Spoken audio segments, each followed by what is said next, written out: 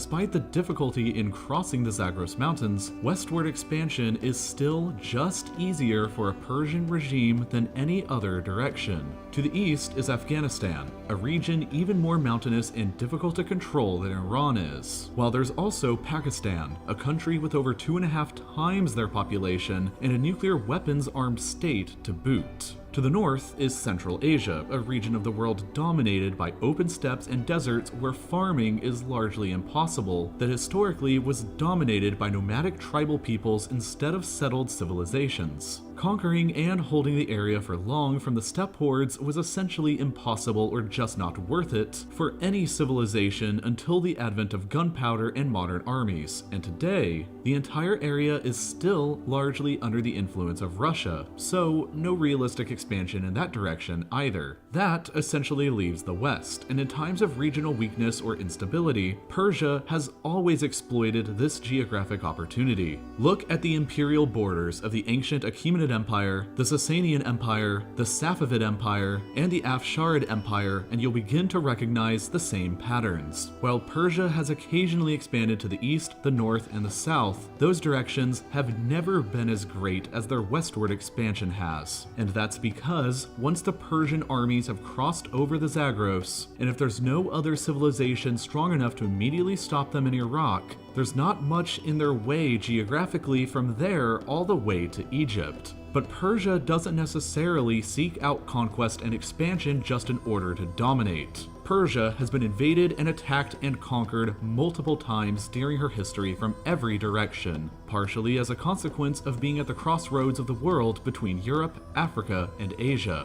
Greeks, Arabs, Mongols, and Turks have all taken their turns for invasions across history, and this has led Iran to seek out a policy of expanding her territory in order to protect her core area. This partially explains why today Iran still seeks influence in countries like Syria, Lebanon, and Iraq to the west of her borders. However, it's not all bad.